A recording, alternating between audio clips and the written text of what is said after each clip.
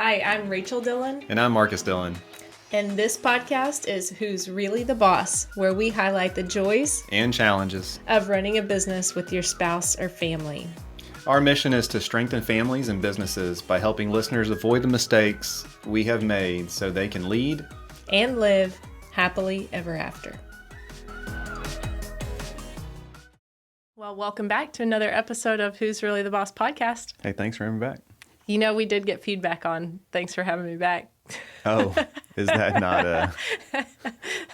They just said it's funny because he says it like he had a choice on whether he was coming, gets to be there or not. So maybe one day I'll have a choice. No, I am so thankful that we do this together. I have a feeling that if we don't do this together, we, as in me, just doesn't do this. So, maybe you can spin off and get your own, I don't know. We recorded an episode, here in this same sitting about me trying to get released from my duties. So you never know. Maybe season 2 will be the last season. Yeah, I think released is a hard word.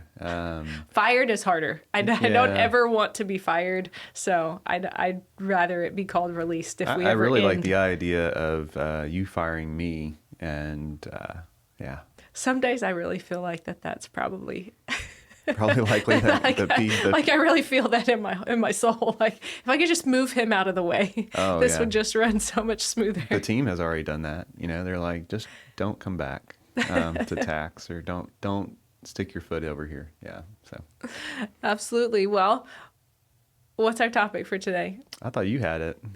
No. So today you had asked me to talk about just the different metrics that every business owner should track. And it's fresh. I've presented on different KPIs, meet with clients to talk about KPIs. KPI means key performance indicator. And just from a client perspective, what is important for most small businesses. And when I say most, I'm like 99.9% of small businesses need to track metrics in their business that are specific to them, their industry, their community, just different variables to really set themselves up for continued success.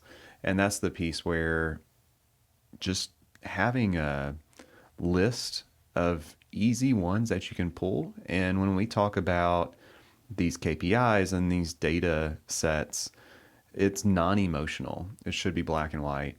We can always add emotion into anything. We can always add drama. But you really want to be able to make decisions in your business based on true black and white data that is non-emotional.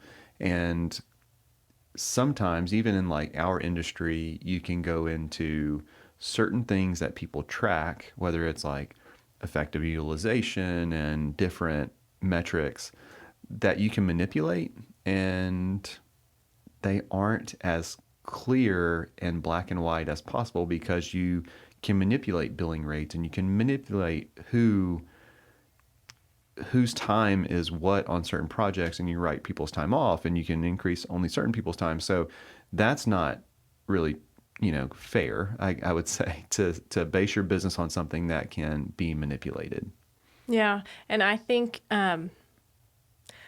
for most business owners, and a lot of times when I am talking to prospects, they would say, well, yeah, you're right. What gets measured gets managed. So you don't want to run your business on like a hope and a wish only.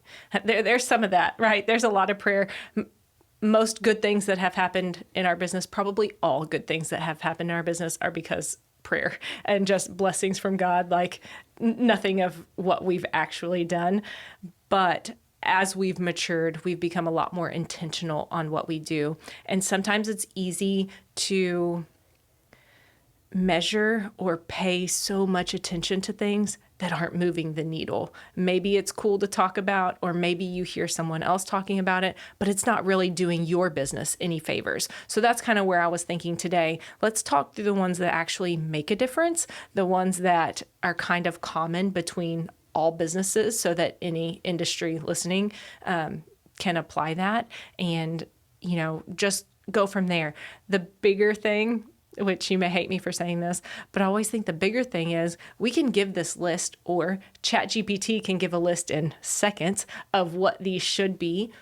How do you do it? How do I get that data? What do I need to have in place to track that? So I would say that, if I had one wish coming out of this as a listener, as a learner, would be not only what are they, but how do I get that information? What system, what process, what do I need to have in place to get it? Yeah, easy answer. Skip to the end. You can just hire us, and we'll help you do that.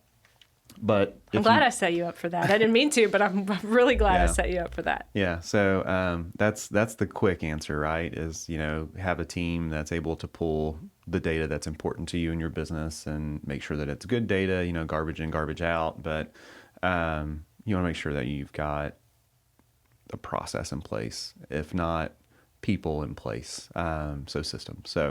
But we've got 10 different metrics that really businesses should keep in mind.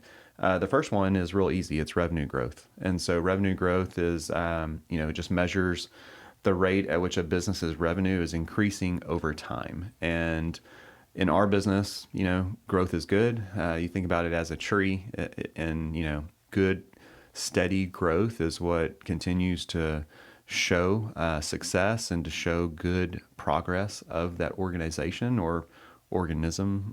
If we're talking about a tree, is that the right word? Organism? Yeah. Okay. So going back to biology class, the way to kind of measure or get that revenue growth is to track your sales. And so obviously if you have an accounting system like QBO or something else that you're using for invoicing, you can look at a rate of sales, which is, let's take 1 month, for example, or 1 year, and then compare that back to that same time frame, but just the prior period. So if you're looking at month over month and then seeing what the increase in sales was, whether that's a dollar amount or percentage, that's pretty much your revenue growth. Sometimes there's timing involved. If the periods are too short, like a month to month, you may have cycles in your business that you need to even out. So sometimes we look at it quarterly, sometimes we look at it annually, but still you do want to look at it over time so you can see the fluctuations, whether it is up or down. Yeah, and that can help to take out some of the emotion behind that, where you're not freaking out every other day or every other month, and can track what are the natural cycles of the business. And, one down week or one down month doesn't mean disaster.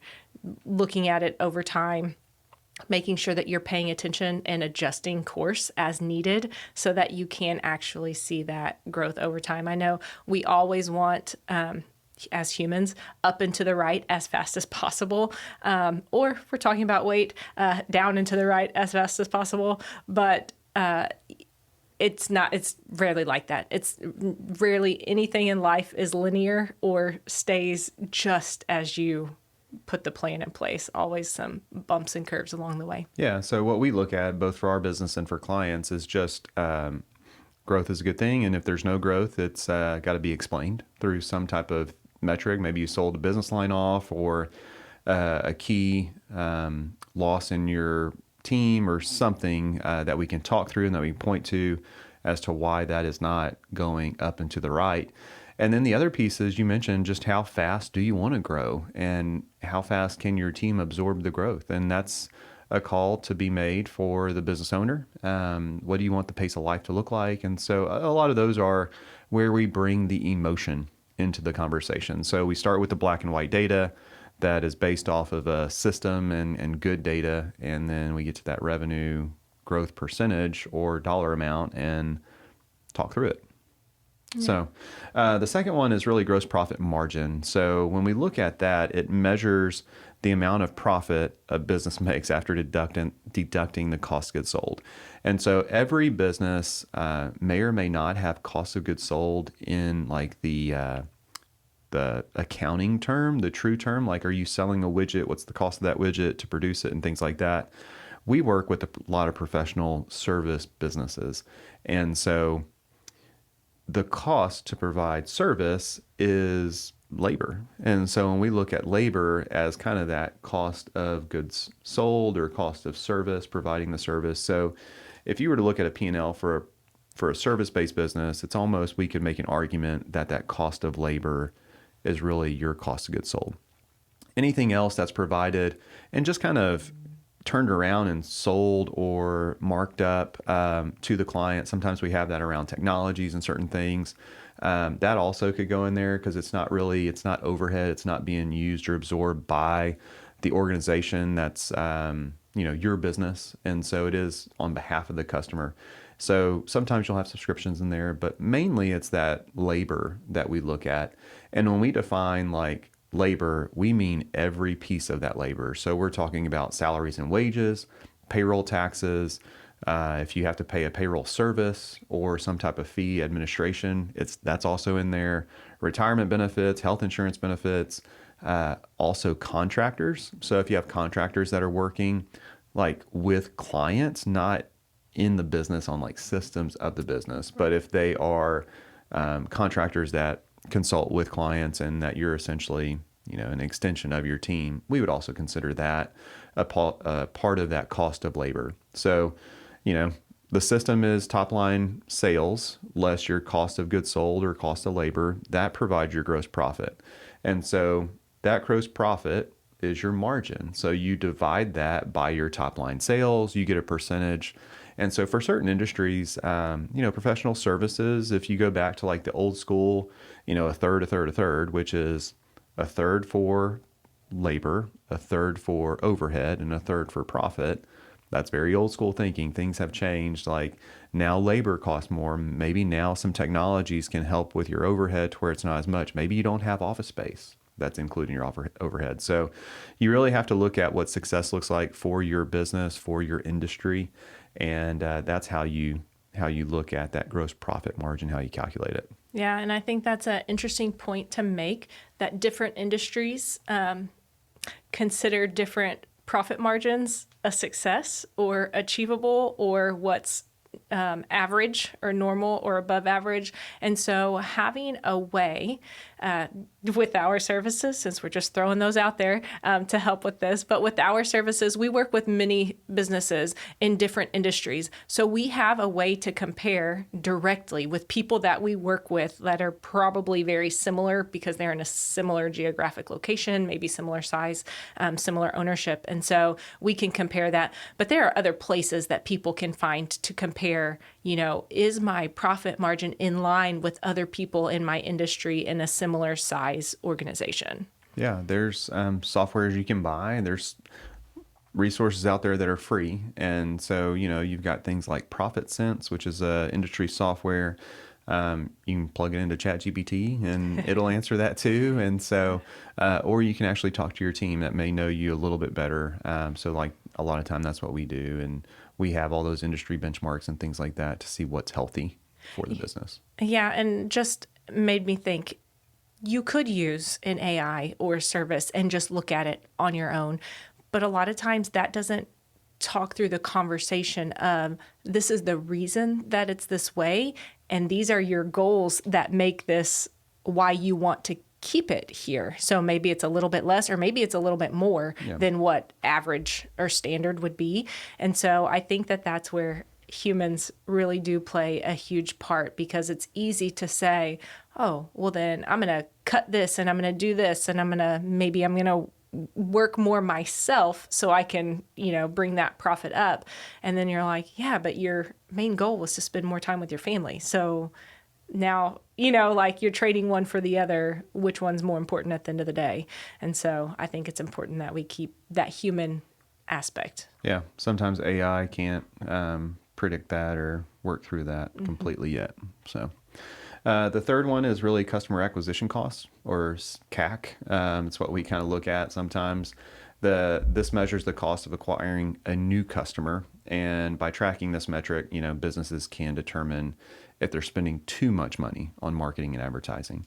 So when we look at this, we look at their marketing and advertising budget, look at the number of new clients that have come in a time frame, maybe since we've started doing a campaign, or since we realistically, there's a ramp period and then there's a total kind of mature campaign happening and those dollars that are spent that whole time, to determine how many of those new clients really came in based on this marketing campaign, divide those new clients by that total budget, and then that's your client acquisition cost roughly. You may also have some team members that you need to factor in. So if you have some marketing and advertising team members, don't forget about them, because they're also included in that cost and that burden. And so anytime you have a line item on your budget, like marketing, advertising, the wages that go along with that, any additional contractors that you've got, or any additional SEO or pay-per-click that you're doing, all of that, you need to make sure that you are getting a return on investment or an ROI. So knowing that budget is step one. Yeah. And I think too, on that, we kind of got schooled in that here recently as we were putting in some initiatives for sales for DBA. And I think something important to remember in that, I'm sure it's factored in, is any additional commissions, bonuses, compensation that goes along. So maybe not just straight wages, but also the extras that have to be factored in, because those definitely hit most of the time at the beginning, right when that client is engaged or engages our services. And so not forgetting that piece if there's something of that nature written into that salesperson's contract. Yeah. The next one kind of goes right in line with that. So the fourth one is customer lifetime value. So this measures the total amount of money a customer is expected to spend on a business's products or services over their lifetime. We see that this is valuable because it helps businesses understand the long-term value of their customers. And so with that, you look at, we've got this new monthly recurring client. They're paying us $2,000 a month. If we annualize that, it's $24,000 a year. And given our history or industry kind of benchmark, we know that they're going to be a client for, let's say, 3 years. So 24,000 times 3, that is 72,000, right? Okay. So I can't do math on the fly anymore or I'll get in trouble. So 72,000 is what that customer could likely bring in with no, escalation or any price increases along the way. So if we just call that roughly 75,000, and the client acquisition cost of that 75,000 was, let's say 25,000, all in, your net profit on that client is 2/3, 66% roughly. So hopefully your labor cost doesn't exceed that 66% over the lifetime of that client, or you'd be better off not having that client, not paying the commissions, and growing. So going through the pain of growth. So lifetime value, LTV of a client, is important to know, especially when you're in a growth mode and you don't want to get into the habit of growing top line and not bottom line. And so I think those are the two balances, because we serve mostly small businesses. And I think large corporations, large publicly traded entities like to get in the mindset of market share. Like, we're growing just to grow to get market share, and then we'll increase profitability over time. If you apply that to a small business and it's like, hey, we're growing to grow and then we're going to increase profitability over time. If you don't do that in the first 3 years of that client relationship and they're no longer there, you kind of lost in that LTV situation. Yeah, absolutely. So kind of moving ahead to some of the more fluffy metrics that are still black and white data, but Net Promoter Score is number 5. That's what we've kind of landed on as the best way to measure customer satisfaction and loyalty. And I know that you're involved in that with our kind of CRM and how we measure NPS, and to scale from 0 to 100 and where you rank and how people think you're doing. So yeah, and one of our values of DBA is relationships. And so this is really important that clients are satisfied and they feel cared for, that we're exceeding expectations. And so there has to be a way to measure. We can't just go based on what we think. We get different messages. Most of the time people will send feedback if they're really, really happy or if they're really, really mad. And typically the ones, or underserved, I'll say. And so typically those are the ones you remember when you did something wrong or when you didn't meet expectation. Those are the ones you hold on to. So it's easy as a business owner to think, nobody likes us. We're going to lose all our clients, whatever. And so the Net Promoter Score really helps with that. And we've done that in multiple different ways over the years. I mean, we've used services like SurveyMonkey for free. We've used Constant Contact to send out surveys. I don't know, I'm probably going to speak out of turn here, but I feel like to have two metrics that you put on there, like how satisfied are you and would you recommend us to someone else? Like how likely are you to recommend us to someone else? I feel like 2 is the magic number. I think the max is like 4. You shouldn't have more than 4 areas that you're asking people to give feedback on at a time. And so, and then you can rate that and see. And same with how people give feedback as far as if they're really, really happy, as far as like leaving a review or sending you a note. It's kind of the same on these Net Promoter Scores. It's typically not 100%. Even the participation best. when you send it out. And so you get a good sampling. And so you just have to be sure to send them, maybe regularly, maybe you send them quarterly or biannually. But definitely I would say more than once a year. You don't want to wait a whole year before to find out that someone doesn't feel like you're doing a good job. So that's for us super important. That's how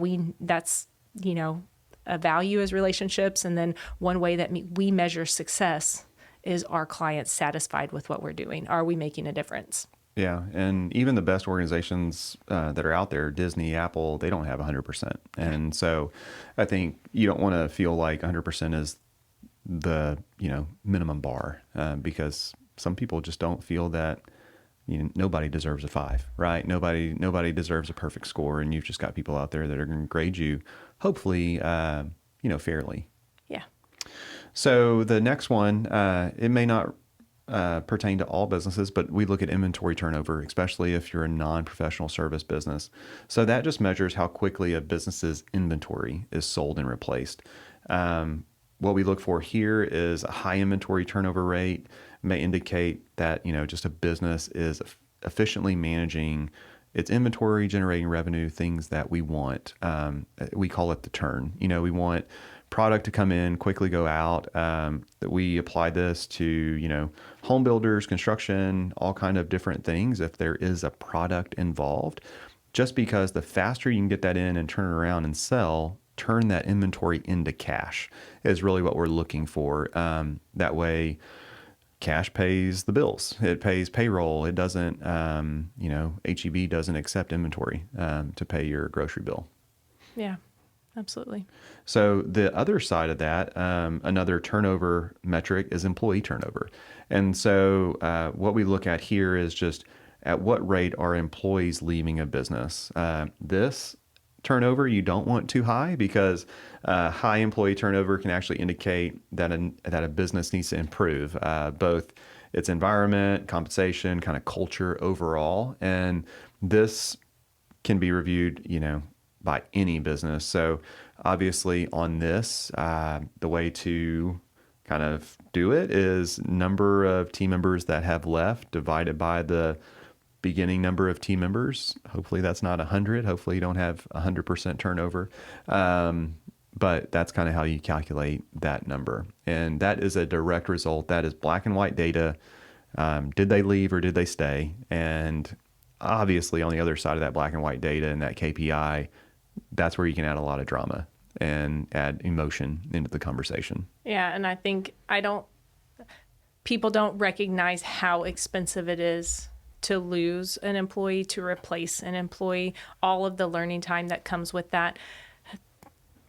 We have experienced turnover, the relationships, because our team is so relational, because our team is relational with the clients. It's a big disruption to lose someone. So not only does it cost a ton, but it just, in the overall culture and the overall feel and just the mood of the organization changes when you lose somebody, for good or for bad. It doesn't matter why they're leaving. It definitely, that has a lot of emotion in it, which can impact work. I mean, it impacts work, it impacts people, it impacts everything. And so, yeah, that's definitely one to track so that you can keep that as low as possible. Yeah, and I think the black and white KPI there's always emotion involved, but you can be thinking you're doing a lot worse, and then you look at your employee turnover compared to your industry, and you're like, we must be better than others. The accounting industry has a very high turnover rate because there's a lot of burnout and things like that. So, those numbers are out there on Glassdoor and different, I think maybe even LinkedIn has different metrics around that. And if you go to LinkedIn, you can actually pull up a company and go to their Insights tab on LinkedIn and actually see what their most recent employee turnover was, positive or negative if they're adding people to the team, or negative if people are leaving the team. So there's ways out there to see that for other businesses in your industry. And obviously the employees have to be on LinkedIn, or LinkedIn doesn't know, but I think those are something to keep in mind. Yeah. So the next couple actually have to do with kind of the presence. We talked about LinkedIn, so website traffic, something to look at. We assume that all businesses have a website now. How good they are, that's another conversation. But this KPI, it just measures the number of visitors to a business's website. By tracking that traffic, businesses can determine if their website is effective at attracting, potential customers or engaging with existing customers. So with that, the way to calculate that is the back side of your website. So you should be having some type of data that your website produces. You could connect Google My Business or just some other type of analytic tool. We use Google My Business, we use HubSpot, and those are numbers that are important to us because we can test certain messaging, we can do new campaigns just to have our ideal client interact with us in a way that turns them into hopefully a client. And then it also allows us to keep existing clients happy and fulfilled if we're meeting their needs and producing content, producing services that are solving for pain points. Yeah. And I would say, even so for existing clients, that they have somewhere to point referrals to. So, they've sung the praises and said, yeah, you should call these guys. If you want to take a look at them beforehand, they have a place to go. And then we can see, is that a good place? Is that helping them make the decision to join? Yeah. The next KPI number, I think we're at 9, is social media engagement. So you're just measuring the level of engagement on a business's social media account. So definitely social media is probably right there with website. We know some businesses that have social media accounts and not a website, and we know some businesses that have a website, not social media. So we feel in today's market that you need both. So there is analytics depending on if you do use a CRM like HubSpot, like Salesforce, or like something else. You can kind of compile all that data from the various social media platforms, or you can go directly to the social media platform to kind of get those engagement metrics. Here, you're not necessarily trying to compete with others. You're just trying to improve yourself over time. So all of these tools have where you are in the past, and then you can compare that to where you're at in the present. And you would just hope, if you're actually spending budgeted time or budgeted money, that is improving, and it's improving at the level that you're speaking to people's pain points, you're actually engaging with people so that you can serve them. Just, if you feel that you're more of an educational resource that you're serving them, or if you want to serve them in exchange for dollars and they become a client serving them. It's not going to happen overnight. This is a long-term play that you actually have to invest in. You have to maintain ROI to make sure that you're asking prospects, how were they first introduced to your company, and actually following that buyer journey, just so you know to invest more or not. Yeah, I think social media is very popular. It's in our daily lives, but that doesn't necessarily mean that for your business or your industry, that's where your customers are coming from. So it would be a shame to throw a ton of money at social media because you see, this business did really well because they blew up on TikTok, or this business did really well because they blew up on Instagram or Facebook.